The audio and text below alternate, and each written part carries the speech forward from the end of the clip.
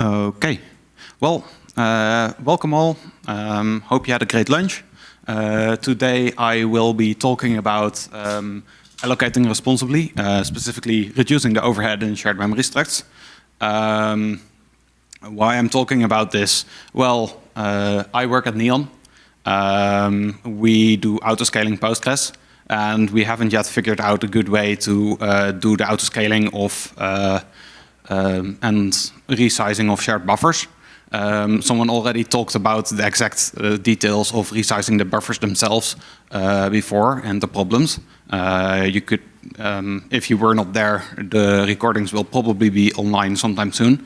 But I will not be talking about that problem. What I will be talking about is the issues that you might that we might have when we can't resize certain data structures that I've identified for this specific slide, and how that can help us still maintain some scalability. So what I will be talking about is the why, how, and the considerations that we'll have in this in the resizing of or reconsiderations of certain data structures, and then specifically the buffer manager related structures and the log tables. These can be rather large in the shared memory. Currently, they are not a huge portion of the shared memory, but once we allow scaling shared buffers, they can be a significant portion of the remaining overhead of a normal small-sized PostgreSQL instance. So, as for why, well, efficient resource scalability is really key to any process that wants to go from, well, basically 0 to 100 and wants to go there fast. Unmapping of complex data structures can be complicated. Say you have a hash map and they contain pointers everywhere, or there are pointers that point into the hash map. It's really difficult to unmap such a structure securely and safely. And as for yeah, if you can't unmap them, then things like Amdahl's law get into play. For instance, if we had to, say, a kilobyte of static metadata to maintain a single page, we don't, but if, then you would only be able to scale your 9 gigabyte down to, say, a gigabyte, because the one kilobyte of metadata that you can't unmap still remains, even after unmapping all of the pages that you can't unmap, yes. So that's not great, because you can now only scale from 1 to 9, and even that's not a great case. In our case, it's a much better situation, but not all that much better, because we still have about 150 bytes per buffer of overhead, and well, we can do better. So how are we going to improve this? Well, we're going to improve the layouts of data structs. We are going to reduce field sizes. We're changing tooling. We can duplicate data. All of those are tools that are available. And assuming we do some we change some interlocking policies, we can definitely significantly improve our memory usage and the overhead related to our usage of memory. So the considerations, if you reduce the size of shared memory, but do that by compressing all of your memory, your performance will not necessarily improve, and may very well tank, because now you have to potentially decompress all of your memory. Similarly, if you start doing pointer dereferences instead of having things in line, that may impact your performance significantly as well. So reducing size cannot be the primary factor or the only factor in this effort. It needs to be while it needs to be one of the core components, it cannot be the leading factor of everything that happens. Similarly, if you're going to have a lot of cache misses because of your data structure changes, that will lead to bad performance. And definitely predictable memory accesses are key. If you know in advance which data you're going to access, you can prefetch it and get much better performance than if you were going to change all the pointers that may contain random data. Similarly, highly volatile cache lines should be avoided in read-only paths, because if someone else modifies a cache line, you will have to get it potentially from another NUMA node, and that's very expensive. I haven't seen a talk on this topic in this specific PGConf, but there have been other talks about that. You can find them online. Yeah. So let's get started on the buffer manager. This is how it looks right now. You would usually think it's something like the things we see here. We have the buffer desk padded. Right now, the buffer desk itself is 64 bytes. When I started work on the presentation, the AIO stuff wasn't in yet, so it was slightly smaller than that, still padded to 64 bytes, but the buffer desk itself was smaller than it is right now. Less leeway right now. We don't have a lot of leeway to add more things to the buffer desk itself. What we also have is the shared buffers have lookup table, kind of large, looking at 40 bytes per entry. But I actually forgot the buckets table, so it's 48 bytes. The condition variables, I haven't looked at that quite deeply. I don't see a lot of, but a slight look at it, I haven't really found a good way to reduce the size of that. It's a relatively recent struct, so I don't have a lot of hope for reducing that size. And lastly, we have the checkpoint sort items. We're going to look at that later as well. It's 20 bytes each. Not great, it's all right. But we have also one of those per shared buffers value, that every one value that we add to shared buffers, all of this will get allocated to, well, 1 times more. So one of the issues that people have and I have with the shared memory allocations that we have is that we use dynahash buffers. We use dynahash hash tables. And if you look at the layout of that, you'll see that it is actually 4 pointer dereferences, some of which are based on hash, but never offset not necessarily always offset pointers. And that's very expensive. Definitely the hash element there is very expensive, and random lookups. You can't look that up. And all of these lookups happen while holding a lock. So it's rather expensive. So one very large item is to just replace the buffer hash table. There are some requirements though. Specifically, because it's in shared memory, you need some locking in place. And because the buffer hash table is so highly contended, people are looking up buffers so frequently, you need some partitioning there. You can't just keep the same lock for everyone, because that wouldn't scale. It needs to be simple, because people need to be able to validate that actually whatever is going on is valid. And the partitioning should still allow resource sharing across partitions. This is one of the reasons why we can't use simple hash. One of the newest hash facilities in PostgreSQL in the buffer hash table, because it can't grow, it can't share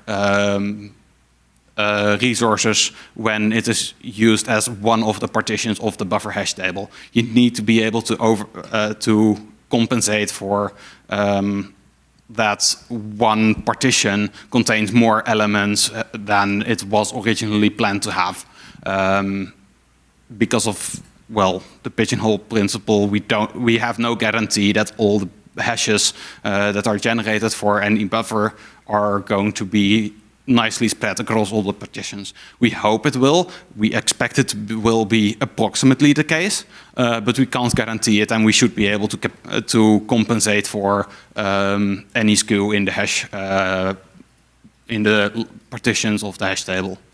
And lastly, preferably, we would have a low size overhead, no or negligible alignment losses, and no avoidable cache misses. The reason why, yeah. So what I made for this a long time ago, it's been shared on the thread already, on hackers already, is a new hash table, which has elements and buckets co-allocated in the same cache line. So you have a bucket, an element, a bucket, an element. So in the common case where you are looking for a new place to put your stuff, you will probably find the element right next to your bucket pointer, saving you the reference to a new cache line.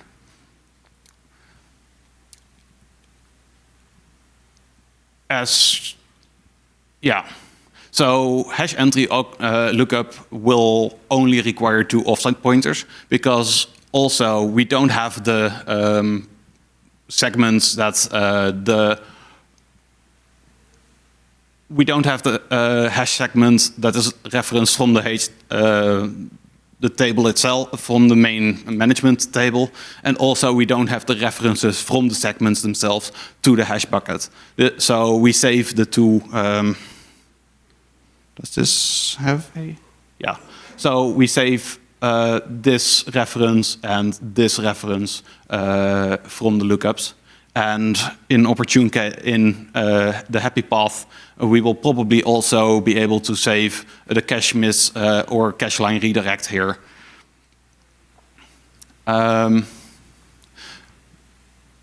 Yes. Also, one of the issues that people have found with the Dynahash is that it tends to allocate more elements into the hash map when it's full. We have only a limited amount of shared memory, and we don't have the facilities to just keep allocating more shared memory. So whenever more shared memory is allocated or requested by a hash table, that means that the shared memory is not available anymore in normal operations for the one who actually requested that shared memory, because right now there is no tracking of who requested the shared memory to be made available and who requested the shared memory to actually use it. These are 2 different phases in Postgres, and the difference is significant. So, yeah, this fixes that issue of Dynahash, in that it does throw an error when the user has made an error, as in the programmer in this case. And the second optimization that I added in this hash table is that rather than full pointers, it uses offsets. Because it's all in the same allocation, it's all sequentially allocated, you can use offset pointers into the buckets. Because we have a limit of something like 1 billion shared buffers, that will easily fit in an integer with some other special values and offset pointers to make sure that we can still we can distinguish between valid elements and empty list elements. But it will save some overhead and reduce the overhead of each hash element to only 12 bytes plus whatever the payload size is. And therefore also reduce the alignment sizes of this, reduce alignment of failures. Yeah. Also, by doing the co-allocation of buckets and the elements that are contained in referred to in those buckets, we can do some smarter placement. I also referred to that earlier. But if you say insert the value 1 into this list, then you can, of course, find out that it doesn't fit in the element that is co-allocated with the bucket for number 1. But rather than going into the free list, which happens to be empty, we can look at the same cache line and look if there are still some empty elements there that we can fill rather than going into another free list and figuring out where space might be. So we store it there, remove it from its free list, and yeah, this is the basis for a new hash table lookup. Are there any questions yet? Yes. Yes. Hmm? Okay.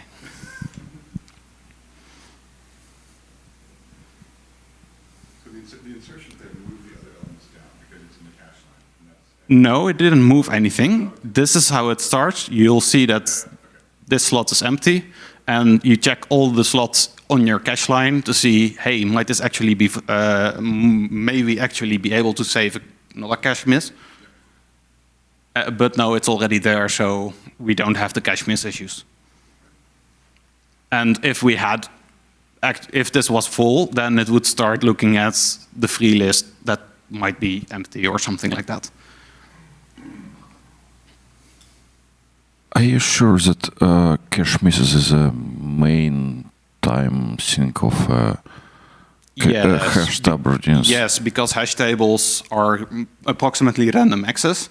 And so once you exceed your cache sizes, or the line has been evicted, this is going to be a significant source of cache misses as well. I think with words we can explain almost anything, but do you have benchmarks for this?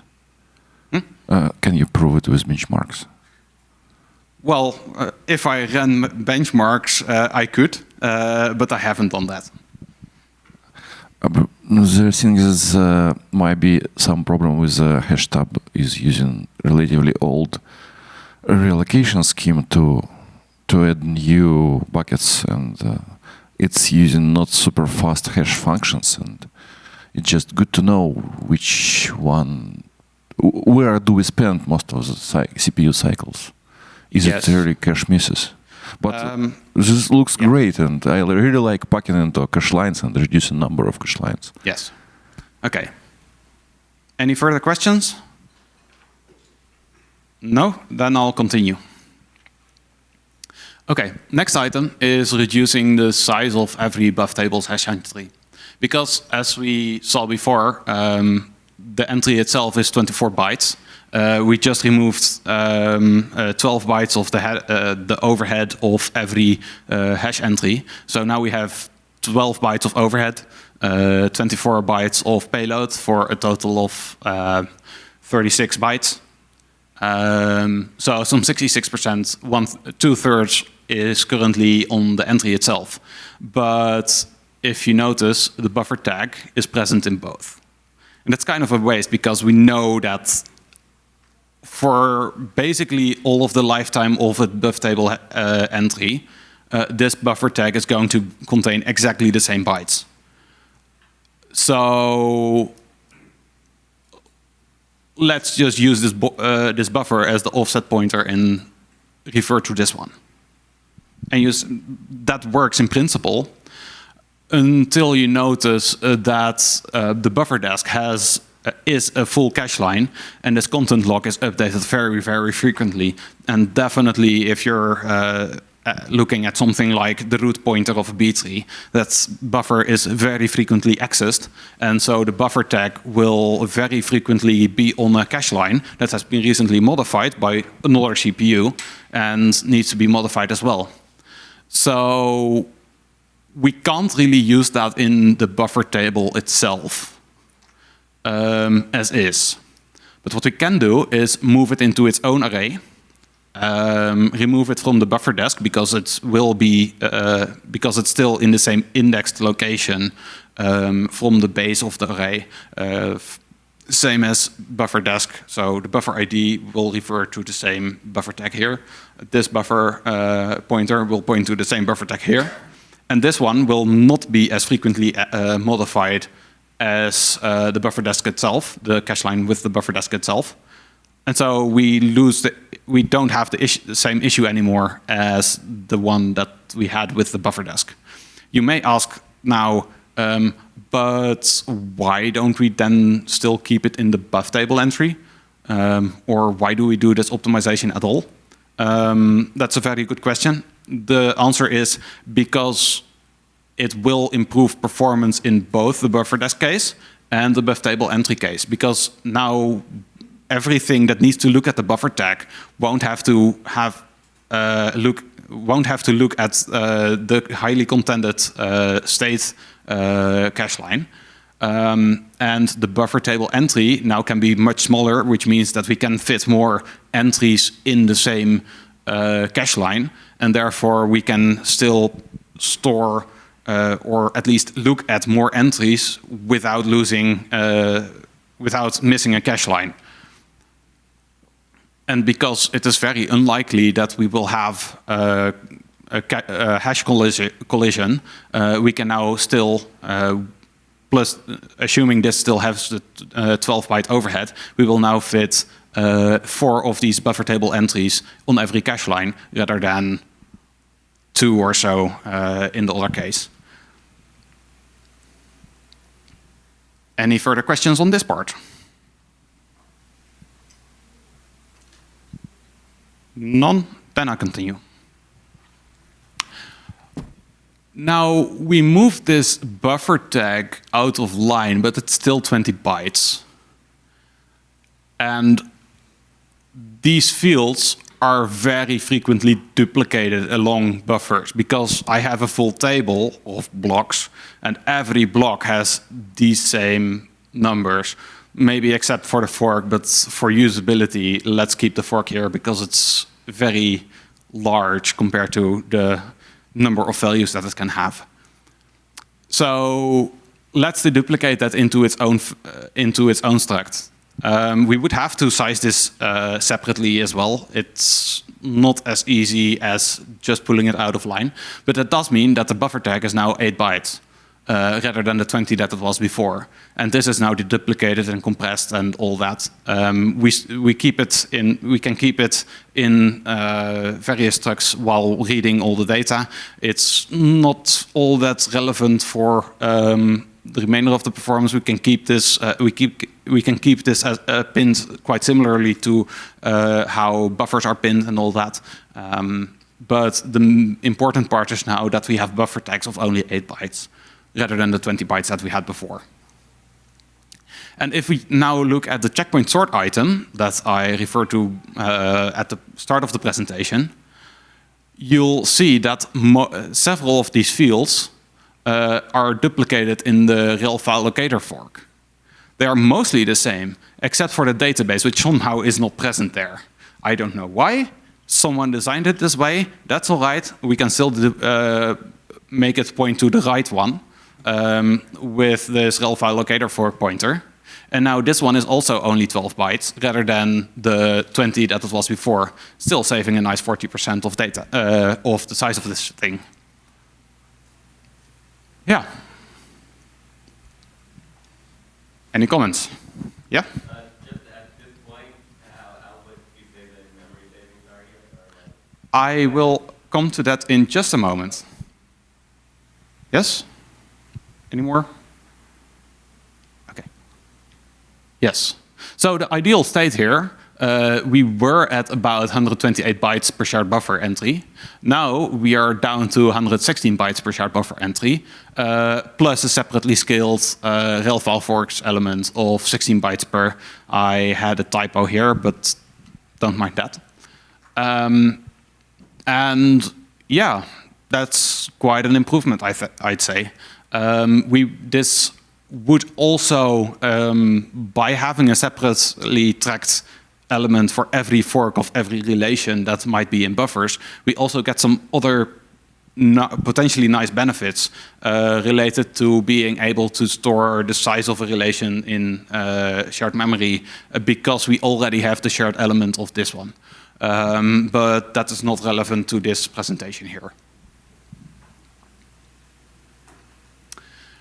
So now let's talk about the log manager.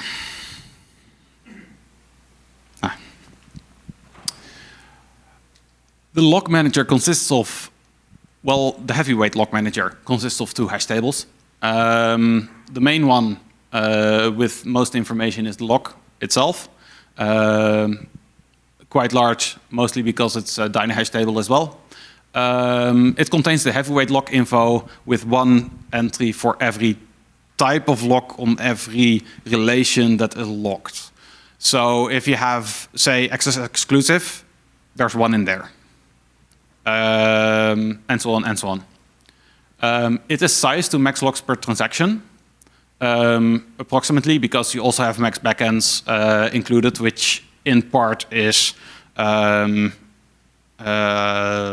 max connections and several other such settings, plus the max number of prepared transactions. But being a dynahash table, it can grow much larger than that because dynahash auto-extends. While there is still some shared memory available. And second, we have the POC hash, which contains the POC log, which is also quite large. It tracks which backends are responsible for which method log hash entry. Yeah. Surprisingly, this one is sized to double this max logs per transaction times the max number of backends times plus the prepared transactions, and also grows larger. I don't know where this doubling comes from. It is a surprise to me because by the time that you are at this size, on average, all the backends will already have at least 1 log. So doubling it means that on average, every backend has 2 logs. For each max logs per transaction. So on average, they will have 2 times max logs per transaction. I don't know why, how, or what, but that's how it is. So why? But anyway, the log manager itself, dynahash is not great for SMEM. As we talked about before, it has 4 pointer dereferences to get just to the first element in the hash table.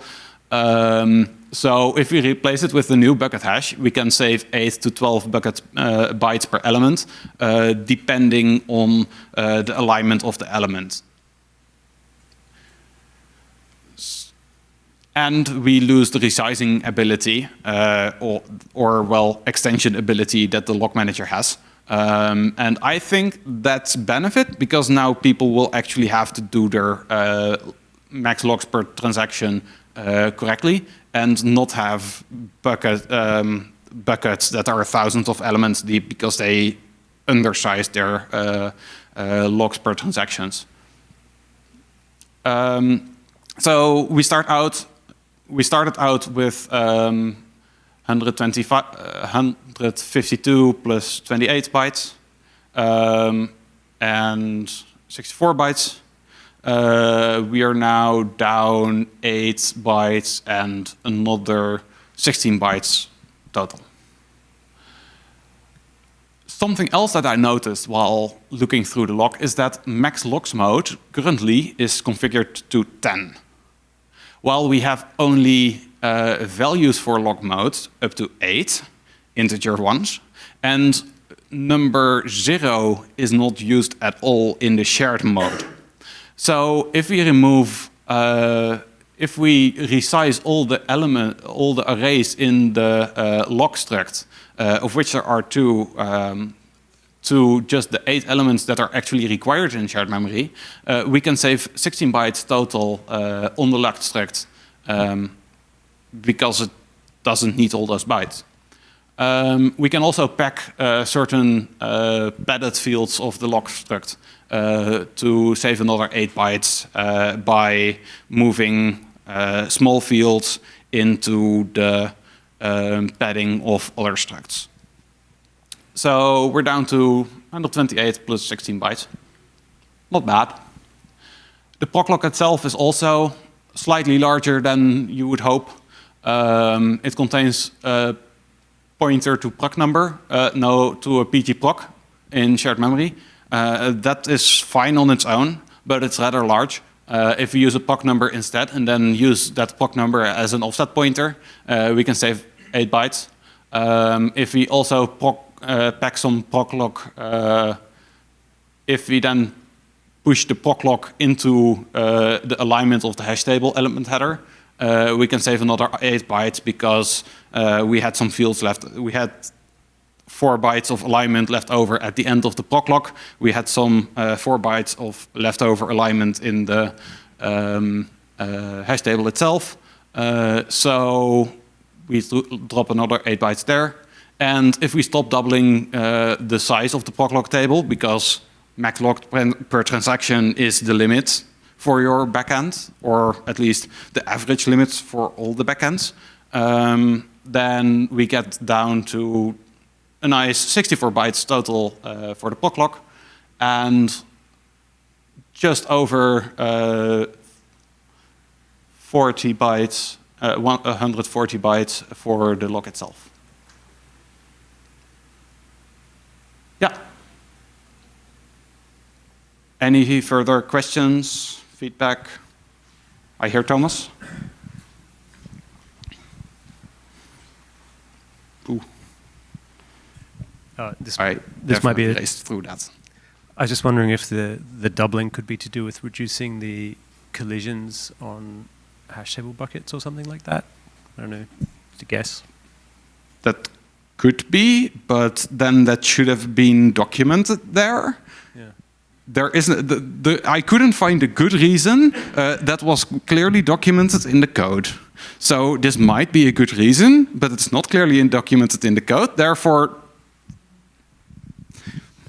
you're the committer. Go ahead.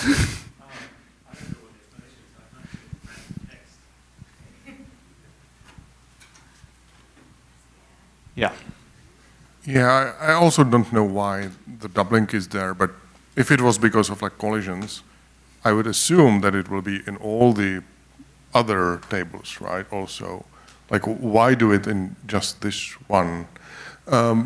I have a question, like, so how much do we actually save, like both in terms of like memory? Because can you give us some like ballpark, like if you have an instance with like, I don't know, 1,000 connections and like Yes. something, like how much memory is actually the log table actually using in total, and how much did you save, and or how much would this save? And do you have any like expectation, like what will be the benefit for like timings, or like what's going to happen with that?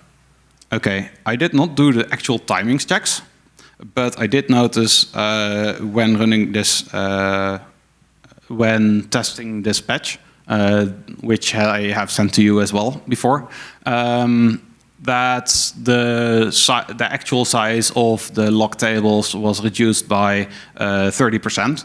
So you could go either 50% larger with your overall with your number of connections, or add 50% more logs. Or Okay, and roughly, I mean, like if I have an instance like with some like regular configuration, how large are the log tables? I mean, like is it like a half a gigabyte or like a couple of megabytes or something? Because I don't have the numbers at hand, but here, 1 second.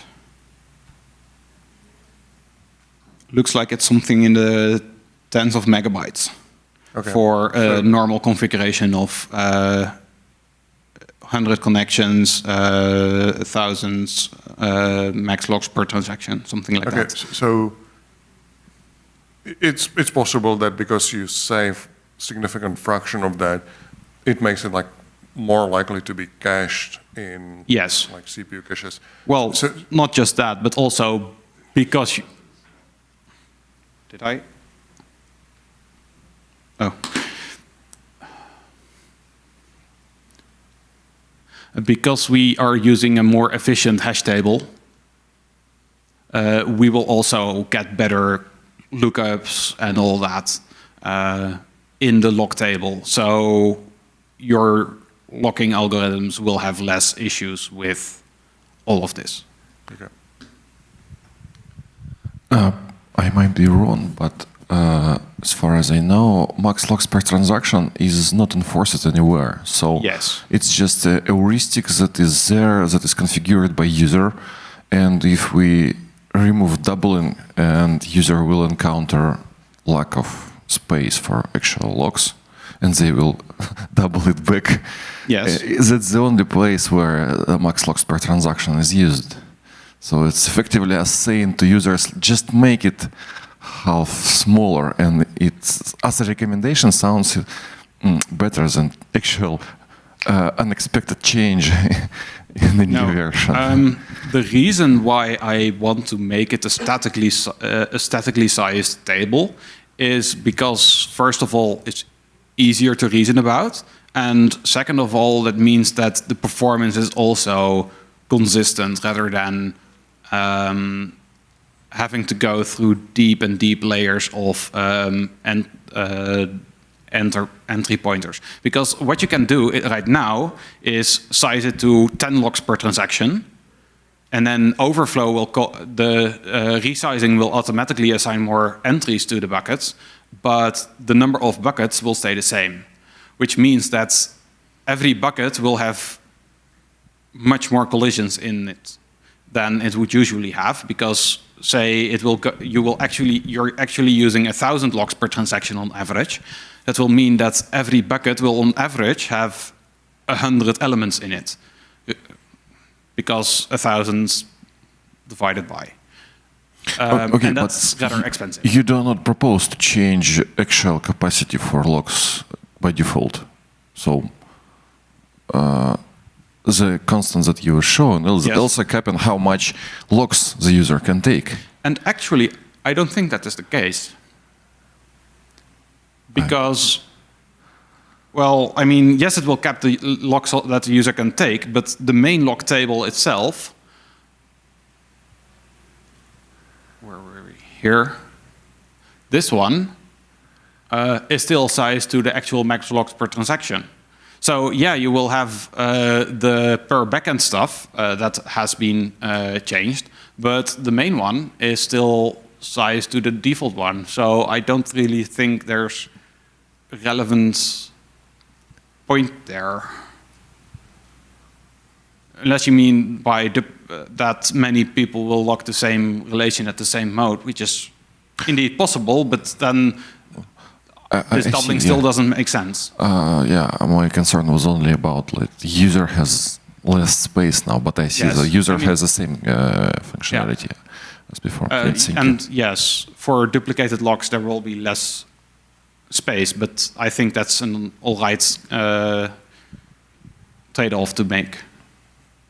Or at least we can debate on that on the list, because at least right now this doesn't have any good reason in place that would make it a good trade-off. Yeah. Any further More questions? Sorry. So there have been a couple questions on Yeah. space savings, and I know that you haven't run any benchmarks and tested this just yet, and you probably haven't tested this either, but I imagine that the other thing you're going to be measuring is... I have tested the log stuff. Right. And I have tested the stuff up to here.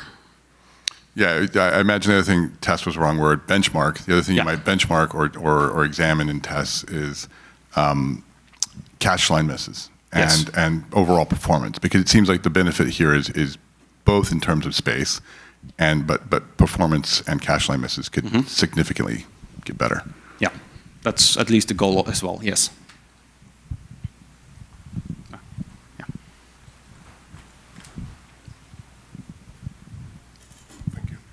So have you thought about like how to make this also like NUMA aware? Because I'm asking because I've been like working on some proof of concept patches to help for like buffers and shared buffers and so on. Yeah. And this seems to be like closely related. I mean, like maybe not the shared log table, but at least like the buffer mapping stuff. Like, how would you? Do you have any opinions on like how to make it like NUMA aware? I think that this could be made more NUMA aware by making the, where were we? I think it was the free space list. Yes, I think you can, we could make the free space list of the hash table NUMA aware and use that as part of, to shard the hash table by NUMA node. I think that that would be one of the main strategies for the hash table itself. I don't have an opinion on the rest of the system quite yet. Yeah, I think that was like one thing that I've been considering too. I think that's reasonable. For like buffers, we have multiple arrays, right? Like we have like the buffers themselves, then we have the buffer descriptors, then we have like this kind of stuff like the free list and so on. So I'm thinking, I don't expect like the answer right here, but I've been thinking like how to actually divide that between like different NUMA nodes properly. Assuming that your buffers are linearly divided between NUMA nodes, you could indeed put your free lists on different NUMA nodes as well, and then hope for the best that your distribution is nice. But the main issue is that your pages, which hash randomly, are not put. Should then also be put in a hash associated NUMA node, and I'm not quite sure that's the best placement strategy for NUMA nodes. That would have to be considered separately in that case. And if that was done, then that might be that might get you benefits as well, yes. But I don't know. Someone would need to test that. That was not in my considerations while working on this. Any further questions? Then. Okay, thank you so much, Matthias. Very insightful talk and lots of ideas.